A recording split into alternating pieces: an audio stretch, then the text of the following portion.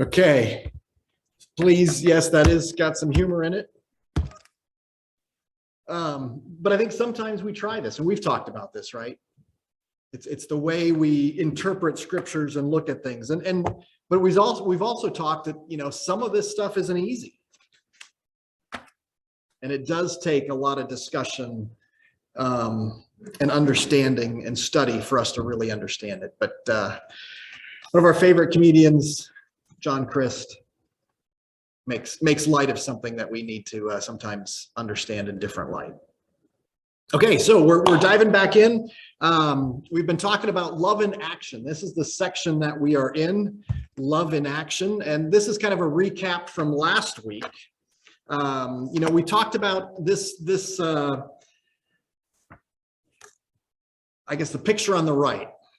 Love is a decision, love is a commitment, love is an action, the head, heart, hand kind of aspect of Christianity.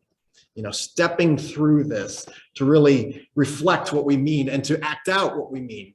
And then the question, we've been dealing with and we'll continue to talk about, and we may actually have a specific session on this, but can we get ahead in the world by living this way?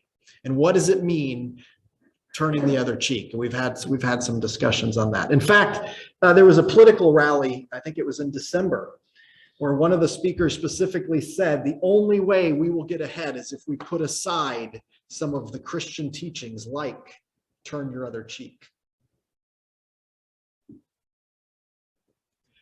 So this is what's happening out there, right? We don't really believe this. And it's unfortunate. But it's never easy either. And what does it mean when you talk, there's levels of this. Like we talked about last week, how do we interpret love our enemies? How do we want to justify our perspective or rationalize our anger? How do we look at this less of just a series of laws and more about something that we can shape our life? And I think it's that shaping our life, as we talked about last time, that we probably need more time with and more ability to really make sense.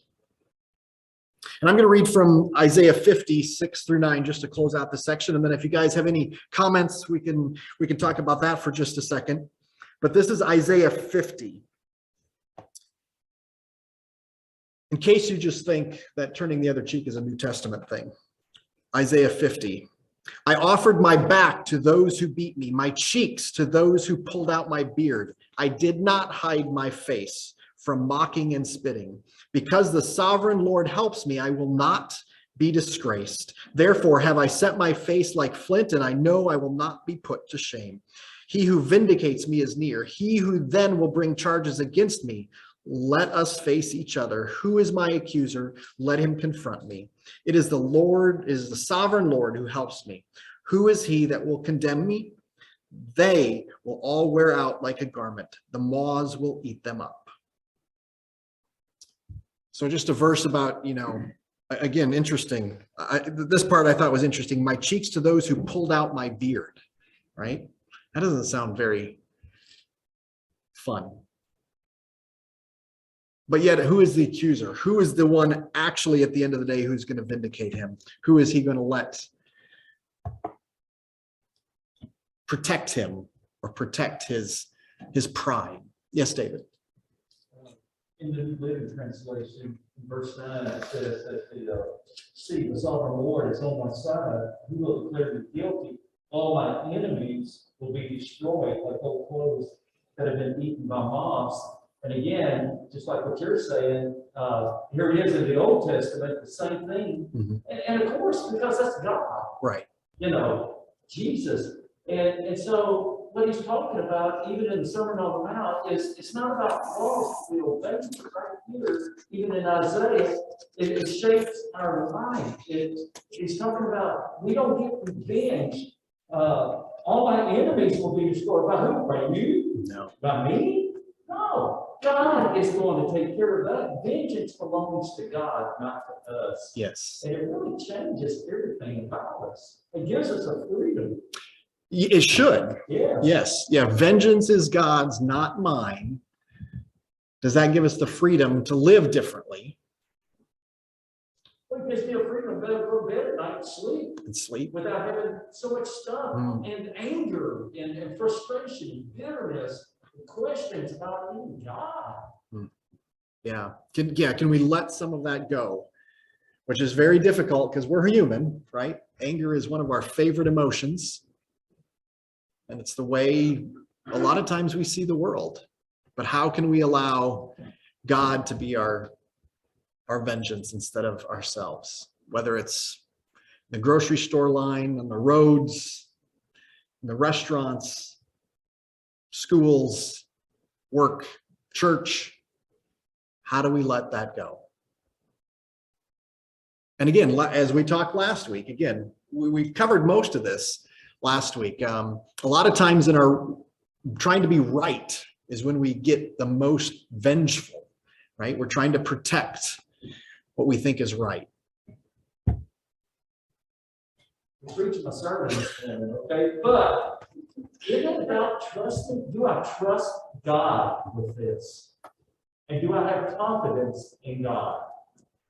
And that's the bottom line. And that's why I think a lot of times Satan goes, oh, can you really trust God? Mhm. You really think that he's going to, get vengeance for you? No, he's always whispering in our ears, just like the family. Can you really trust God? Can you really trust God? Yeah, that's right. He's put something really great there. Why isn't he allowing you to have it? Maybe you should. Maybe then you'll know more. Maybe then you'll understand. And all of a sudden, we're not trusting God anymore. I think we often put too much importance on things, right? And all those things. That's right. We put too much importance on being right. But a lot of times that's where we stand. We love to be right. I love to be right. A lot of times that's right in my thinking. Yes. You know what I mean? And it may not be, just because you think different. Oh, I like football. Yes. Yeah, we're definitely a culture, a church of we're right, you're wrong. That's been for years, but that's hard to change. And again, it's human. I mean, at what age do you learn right and wrong, or mine or yours? It's pretty fast. And you don't really have to teach a little 2-year-old that. It just kind of happens. It just kind of happens. Okay, since we're covering David's sermon, we probably should move on. Otherwise, we'll have to hear it twice.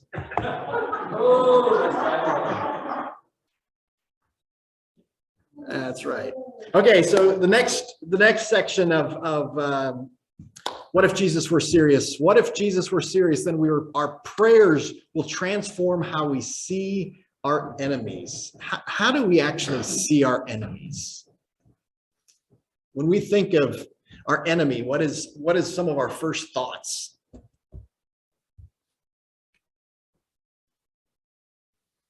I hate them. I hate them.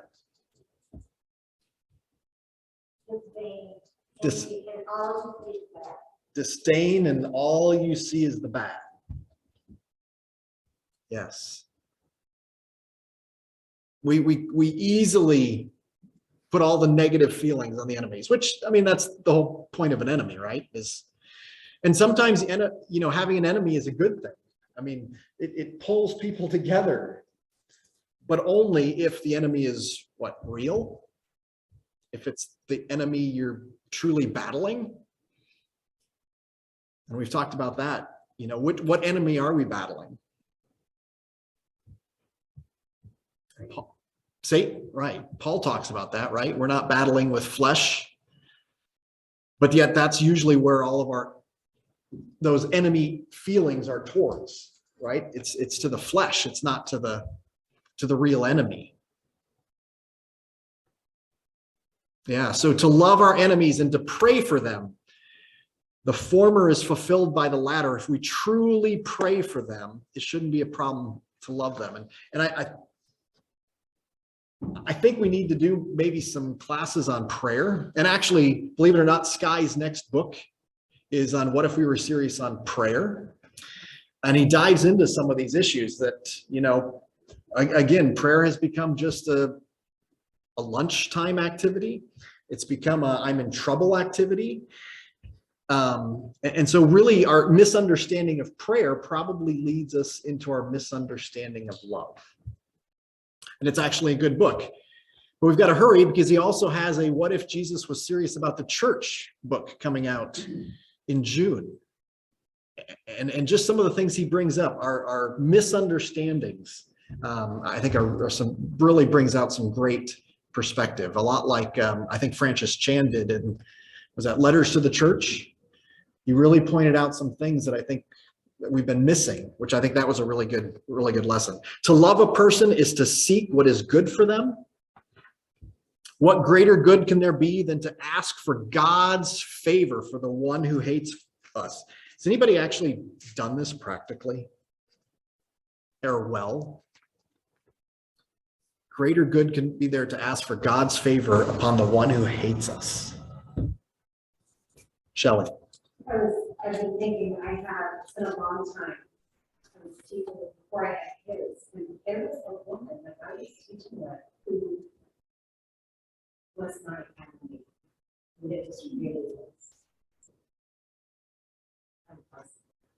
And I remember so distinctly going to the radio and saying, I have this woman who I'm always angry with.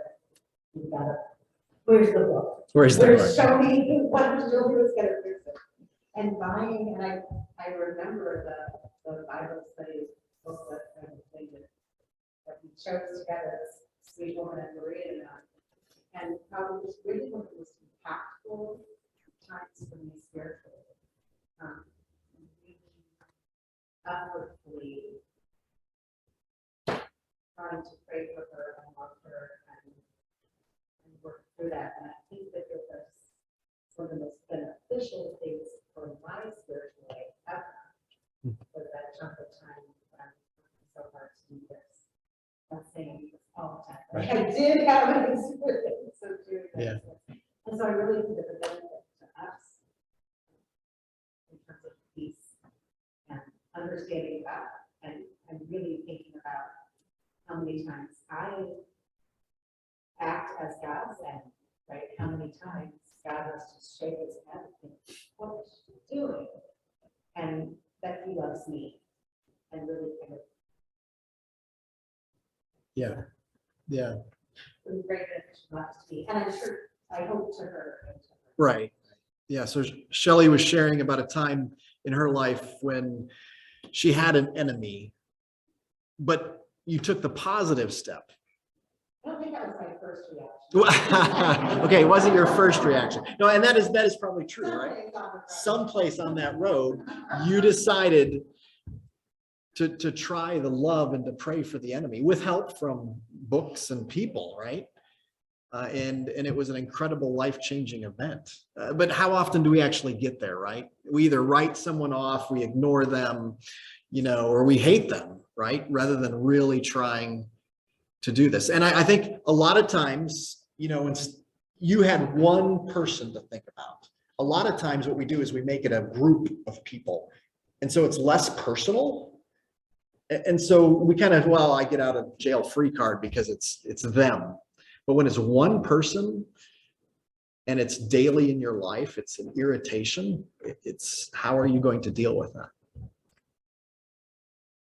Yes. You just said it, it's an irritation. How many times have you gotten some kind of a rock in your shoe or something like that? You're doing your morning walk. Yes. And boy, it's just irritating. You can keep going with that. But most times we're going to stop and we're going to take care of that irritation. And I think just like with Shelley, there are times that people, they irritate us. They are going to irritate us. But we have a choice. And there's no way that we can look at the teaching of Jesus. And I think for me, for a long time, my Bible reading consisted of reading the Bible. If it wasn't a conversation with God or looking at God giving me guidance through his word, I had so much shit. I needed to read 5 chapters a day so I could read through the Bible in a year. But when we really stop and we begin, how can we look at what Jesus said there and not think about, well, wait a minute, now, who is my irritant? Who is my irritant? That's right. What am I going to do about that, and like Shelley, I don't always do it, and I still don't always do it. But I try. And you know, when Jesus said to Peter, you know, how many times should you forgive someone? Well, 70 times 7. I think that goes a lot further than just in forgiveness. But we have to do it constantly. And if we start making that a habit, every day, I'm going to pray for that person that irritates me. Mhm. That's how it becomes a part of us. Yes. Every day. But again, if we're only at the lunchtime or the I'm in need prayer, we're not going to be doing that here. And I was reading recently a tips and tricks from when you join the army, or something about tips or tricks from the army. And one of the things there it said is when you get your new boots, put the Band-Aid on first. Don't wait for it to cause your blister when you're breaking it in on a 5-mile run. Put the Band-Aid on before you start the run. Very, very similar to this, right? We know there's going to be irritations, and we know that there are people in our life that's going to be irritations. And rather than wait until you've got the blister and it's oozing, what are we doing about it ahead of time to being prepared, right? How are we loving or praying for them before you actually have the blister? But we don't plan very well. That's, you know, we're much better at reacting and reacting poorly. 1 Peter 3:8-9. Finally, all of you live in harmony with one another. Be sympathetic, love as brothers, be compassionate and humble. Do not repay evil with evil or insult with insult, but with blessing, because to this you were called, so that you may inherit a blessing.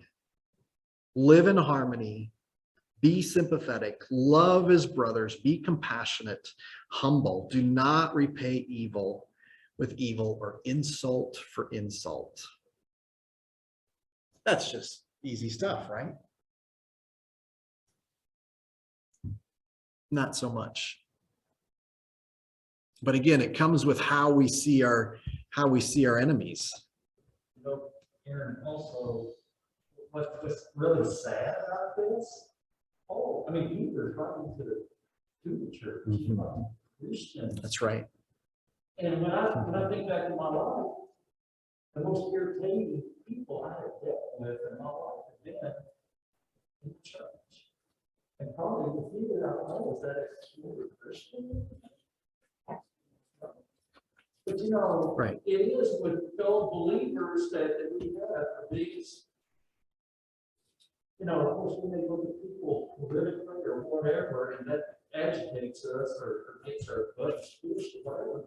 But it's so sad that most of what we deal with is That's right. one another. That's right. Yeah, we have to remember that most of the New Testament, the letters were written to the Christians. So when you're talking about some of these very difficult teachings, it doesn't necessarily apply to the non-Christians. He's speaking specifically to what he's seeing in the church.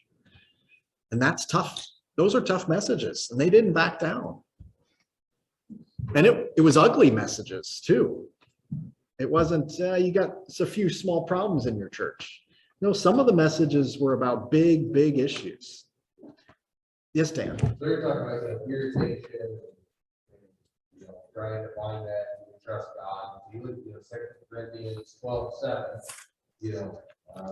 even though I received such wonderful revelations from God, so to keep me from becoming proud, I was given a thorn in my flesh, a messenger from Satan, to torment me and keep me from becoming proud. 3 different times I begged the Lord to take it away. Each time he said, my grace is all you need. My power works best in weakness. So now I am glad to boast about my weakness, so that the power of Christ can work for me.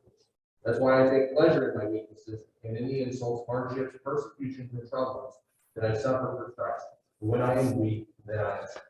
Yes. So Paul's famous discussion about his weakness. And we've also talked, I can't remember which lesson this was, but that sandpaper, right? Is it making us worse, or is it refining us? You know, we can let it do both. But yes, his was a reminder, you know, that God's grace is sufficient.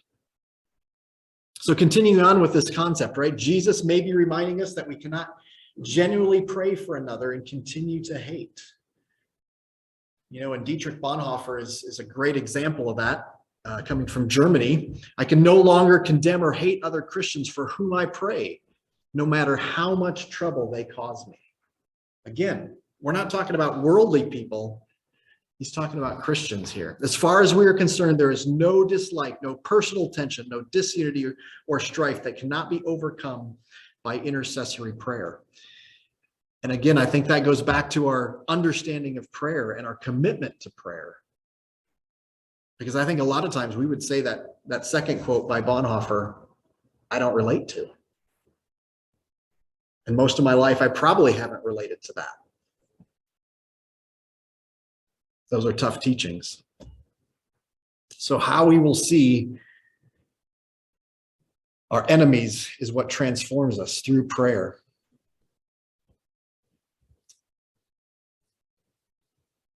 Any last comments on this section? Believe it or not, it continues as we get into the next section. You know, again, we're still in that was just chapter 1, by the way, of the Sermon on the Mount, right? So we just finished chapter 5. We're getting into chapter 6 now. He labels this section as a prayer for losers. And we'll talk about a little about what he means on this, but prayer for losers. So let's, if you can, open up Matthew 6. Let's read through this next section together.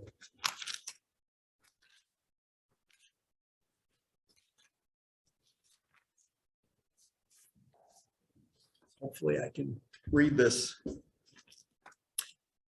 Matthew 6, 1 through 15. Be careful not to do your acts of righteousness before men, to be seen by them. If you do, you will have no reward from your Father in heaven. So when you give to the needy, do not announce it with trumpets, as the hypocrites do in the synagogues and on the streets, to be honored by men. I tell you the truth, they have received their reward in full. But when you give to the needy, do not let your left hand know what your right hand is doing, so that your giving may be in secret. Then your Father, who sees what is done in secret, will reward you. And when you pray, do not be like the hypocrites, for they love to pray standing in the synagogues and on the street corners to be seen by men. I tell you the truth, they have received their reward in full. But when you pray, go into your room, close the door, and pray to your Father who is unseen. Then your Father who sees what is done in secret will reward you. And when you pray, do not keep on babbling like pagans, for they think that they will be heard because of their many words. Do not be like them, for your Father knows what you need before you ask him.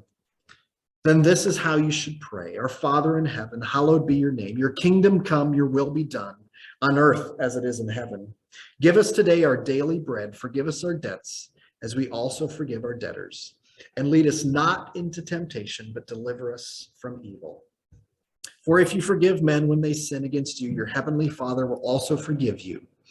But if you do not forgive men their sins, your Father will not forgive you. I'll start off with a funny story about my father. This would be my stepfather. He was in his, I don't know, 60s when mom and he started going over to Austria, spending about 2 to 3 months every fall doing support for a kind of a small college. Is where they brought locals, and when I say locals, from that part of Europe into this camp, and they would train them for Christian training. Some of them were missionaries, some of them were just people that the missionaries had found and brought in because they were trying to grow spiritually some of the churches over there. He's a man of few words. And most of the time, because there were professors there and whatever, before the meals, they would ask one of the professors to pray. And he said that these prayers got longer and longer. And it seemed like there were sermons within these prayers, right? Every week. And so one week, and I've seen him do this, you know, in our family, they asked him to pray. His prayer was, "Thank you for this food, amen." And he said there was cheering. You know, sometimes we get so wrapped up in these long prayers. It's the simple ones. Sometimes the simple ones from a child who really are the most heartfelt, right? We just put so many words into this. And that's why this is an interesting section, both about being seen and unseen. You know, and I'm not picking on the professors. I don't think they were praying to be the most eloquent, but sometimes we get caught up in that, don't we? But sometimes a very simple message, just a thank you, is really all we need. And I think that's really interesting about this section. And I think that dovetails into this section, which is, if Jesus was serious, then we will value intimacy more than publicity. And I think we can totally see that in today's world. I think we've always had this desire. I just think social media has taken what we want on the inside and allowed us to shine, so to speak. So social media has obviously magnified our need to be noticed. And we make this I think is funny. We make nonsensical decisions trying to be noticed. Data shows that drowning is the most common cause of selfie death. So people trying to take selfies, the most common cause of death is drowning. How does that make any sense? And the list, they listed like the top 5, which I think were falling off of rocks or car accidents or all these kind of really crazy things. But we're trying so hard to be noticed. We're putting ourselves in harm's way, both figuratively and literally. That's kind of crazy. Anybody gotten close with their selfies? Who's going to be honest? I'm sure Rick has, right? No one has a good selfie story, but later they said, "Wow, I shouldn't have done that." Okay, you guys are good then, or you just don't want to admit it. Yeah. Well, I think it's even, you know, I mean, I've dealt with it as a preacher. I can remember being asked to speak at a university at a big youth event that had 4,000 teenagers. And they were getting the top speakers from around the country. Now, why they included me, I don't know. I mean, honest. And I was told that you really got to come up with something clever. And you have got to come up with a poster, because the first night you're going to have 2 minutes to sell yourself to those teenagers so that they will come to your session. And I did. And after I got done with that, I said I would never, ever do that again. Because I realized it was about me. It wasn't about those kids. It wasn't about Jesus. It wasn't about anything but selling myself and making myself known. And, you know, that's only a part of it. Yeah. And what's scary is he specifically says, you've gotten your reward then. Yeah, you got your little applause, you got your attendance, right? That's what's scary in some of these situations. Started having invitations, like at least 2 or 3 times a month to travel, go speak. Got my reward. You got your reward, that's Give right. myself. Yeah, wear yourself out. Yeah, so what voices are we listening to when it comes to you matter or your life counts? Or people we know, or our children? You know, in this very public, I need to be noticed world, what voices are we listening to?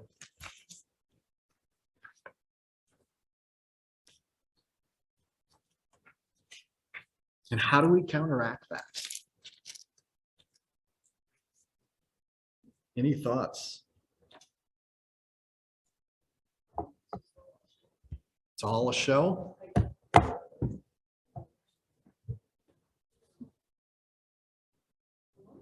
Yeah, yeah, we only show the,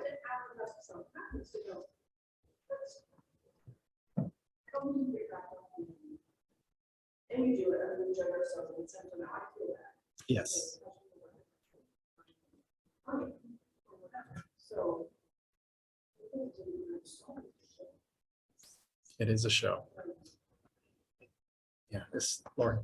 I was gonna say, you have to remember that our self-worth comes from God, not from what other people think about us. And so sometimes we might put things out there on social media because we want to get whatever we're, Yeah, to kind of make that confidence or self-worth, but really that's not what it's based on. It's what God thinks of us. And That's how he right. does. yeah, but again, we try to get our self-worth from God, but if only God would like our posts or give us some feedback, right? Yeah, I mean, sometimes that's just what we long for is give me something. Yeah, so I guess we'll kind of pick this up next time, but when we want anyone, and that's the thing is, right? We'll take anyone's feedback, right? Somebody we don't even know to notice us and care for us versus someone who's already promised that they love us and has done something for us, right? Or even in our family situations, right? We long for, somebody to give us that feedback. And I know that's, this is a difficult subject because we do need to be loved on this earth more than just, but it's how we go about getting some of that, right? Are we just empty, unfulfilled, looking for what the world has to offer? So again, tough stuff. Come back next week more as we explore this section on I guess, publicity, on prayer. We're going to spend some time on prayer over the next, this chapter, just talking about what it means and how we interpret some of that. So thanks for coming this morning. Happy Sunday.